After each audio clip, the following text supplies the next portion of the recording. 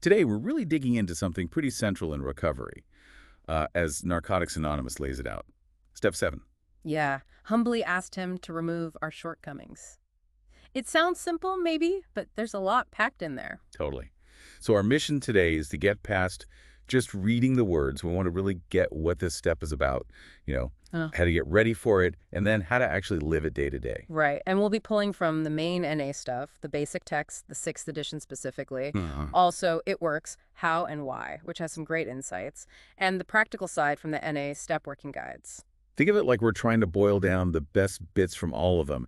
Make step 7 feel less like a theory and more like, well, something you can actually use. Exactly, because step 7, it's not magic. It's a real shift, isn't it? In how we see things, how we act. hmm It involves this deep spiritual surrender, but also this commitment to like growing as a person. And right at the heart of it is humility, Yep. which, let's be honest, can feel really weird compared to how we used to operate. Yeah, because it's not about feeling ashamed or beating ourselves up. Right? Yeah. That's not it at all. No, definitely not. It's more about finding a way past our own kind of limited power, opening up to getting help from somewhere bigger than us. Okay, so let's really unpack that cornerstone, Yeah. humility. What are we actually talking about here in the context of step 7? Well, based on the sources, humility in recovery is about getting real with ourselves, finding a balanced view. Like a right-sized perspective. Exactly. Seeing ourselves and our place in the world, honestly, understanding our part in recovery, knowing our strengths, yeah, but also knowing our limitations, and crucially, trusting in a power greater than ourselves. Okay, but you mentioned it earlier. It's not humiliation. That difference feels super important. Oh, absolutely vital. Humiliation, that's all tangled up with shame. It's like attacking yourself, feeling worthless. True humility is, well, it's different. It's more like strength and just admitting we're human, flaws and everything. That makes sense. Mm-hmm. Because admitting shortcomings, wow, that can really hit those old shame buttons hard for a lot of us. For sure. So if humility isn't about self-attack, what's the old pattern it's replacing? What are we trying to leave behind? That's where self-will comes in. The literature talks a lot about this. It's driven by ego, by pride. That feeling like I have to control everything. Yeah, that relentless drive that honestly fueled our addiction, insisting we know best, trying to manage everything and everyone around us, that constant struggle for control. That's often what they call the spiritual malady. That deep restlessness. Yeah. Even when things looked okay on the outside sometimes. Mm-hmm. It's like trying to captain a ship in a hurricane all by yourself. Just exhausting and usually makes things worse. God, yeah. The energy we put into controlling Yeah. everything. It was just destructive. So how do the steps before 7 kind of set the stage for this? For letting go of that self-will? Well, the progression is pretty clever, actually. Steps 1 through 6 are basically designed to dismantle those exact things: denial, ego, self-centeredness. Right. Step 1, admitting powerlessness. That's the first big crack, isn't it? Definitely. Then step 4, that fearless inventory, forces you to really look at your ego, and just identifying defects in step 6, that can knock the ego down a peg or two as well. So it's a gradual process. Yeah, it's like you're cultivating this more realistic view of yourself all along, starting with self-acceptance in 1, really looking hard in 4, getting ready in 6. It's like peeling layers, getting closer to who you really are without all the masks. Okay, yeah, I see that path. So for you listening, maybe just pause for a sec. What does genuine humility actually look like, feel like for you day to day? And how is that different from maybe, putting yourself down or that kind of false modesty we sometimes do? Yeah. Can you remember a time you acted from a place of real humility? What happened then? In the basic text, it explicitly links humility with freedom from self-will. Pages 87 to 89 are really good on this. Oh, yeah. And It Works, How and Why. It digs into the psychology a bit, explains how humility helps us get past shame, past beating ourselves up. It says we end up thinking about ourselves less, which weirdly leads to more self-acceptance. Thinking of ourselves less. Interesting. And the step working guide. It's usually got the practical tools, right? Always. It's got things like humility inventory worksheets around page 69, 70 in the 2nd edition, I think. Okay. They help you look at specific times you reacted out of pride or fear or self-will, and then think about, well, how could I have responded differently, more humbly? That sounds useful. Yeah, and it also has prayer templates, maybe page 71. They give you a structure for crafting those specific humble requests to your higher power about the shortcomings you want removed. That's super practical. Okay, so humility is the ground we stand on. Now, the actual action of step 7, humbly ask him. Right. This is where we move. Step 6 was about becoming willing. Mm. Step 7 is where we take that willingness and we actively ask for help, spiritual help. We're asking the God of our understanding to step in and remove these character defects. Exactly. The ones we now see are blocking us, holding us back. And that word humbly again, it's so key. It's not like making a demand, is it? No way. That's the self-will trying to run the show again. Demanding, bargaining, that's not humility. Right. A humble request admits basically, I can't fix this myself.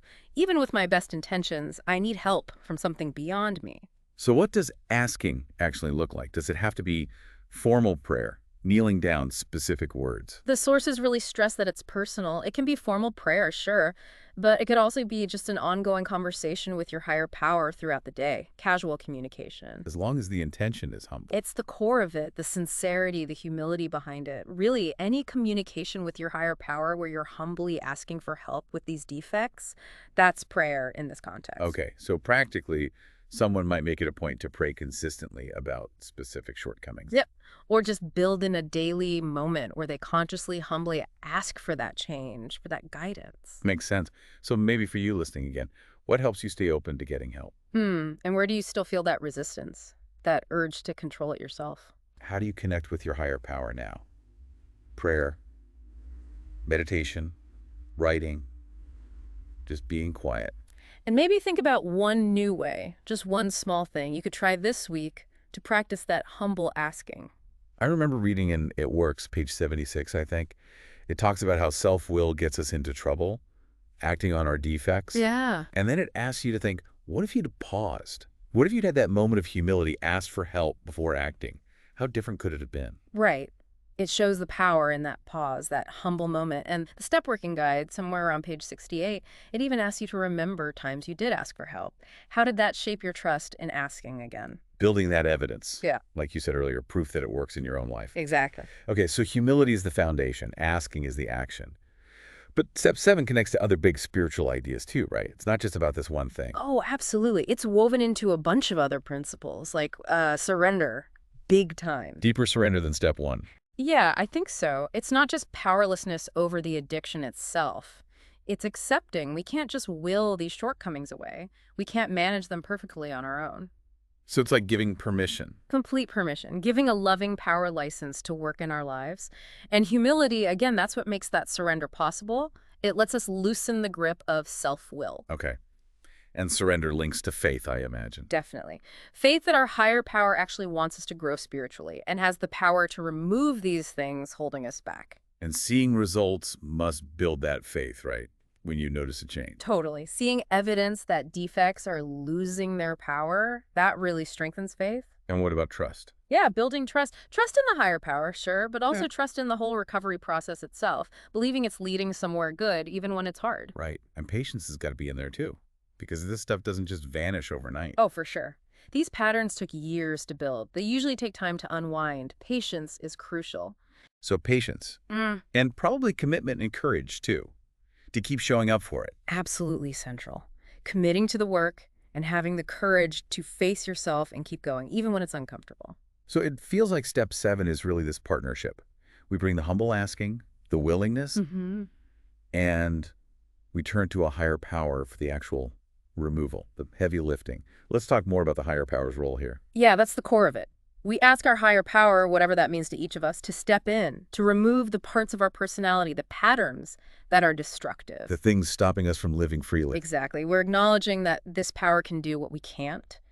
Grant us freedom from acting on those shortcomings. There's a real sense of letting go, isn't there? Yeah. Trusting a wisdom bigger than our own. Absolutely. Letting the higher power, do God's work, as the saying goes. Trusting it knows what we need, even if we don't. Trusting it'll provide what's needed for our growth. And the sources mention that just consciously asking for this kind of help is a big step in itself, a sign of spiritual awakening. It really is. It marks a shift. Okay, so for you listening, maybe some more reflection points here. What qualities do you need in your higher power right now? Compassion, wisdom, patience. What resonates for you? And how would you describe what care from that power looks like or feels like, especially in those really tough moments? And the big one, Can you trust this process? Can you really let go and ask? Can you look back and see times you did trust the process, maybe in earlier steps, and saw good things happen? And what steps, maybe small ones, have you taken lately that show you're opening up more to this idea of a higher power helping out? It's worth remembering the basic text, page 25, emphasizes complete freedom in choosing your concept of God, whatever works for you. That's so important. Yeah, and It Works, chapter 3, page 27 maybe, reinforces that it's personal, it evolves. Your understanding can change over time. And the step working guides, it's spread on step 3 where you make that decision. They really prompt you to think about the qualities of a power you can trust, making it feel real for you. Okay, so we do the asking, humbly. We trust our higher power to act. What happens then? What are the results, the transformation we might see from really working step 7? Well, the literature talks about a shift inside.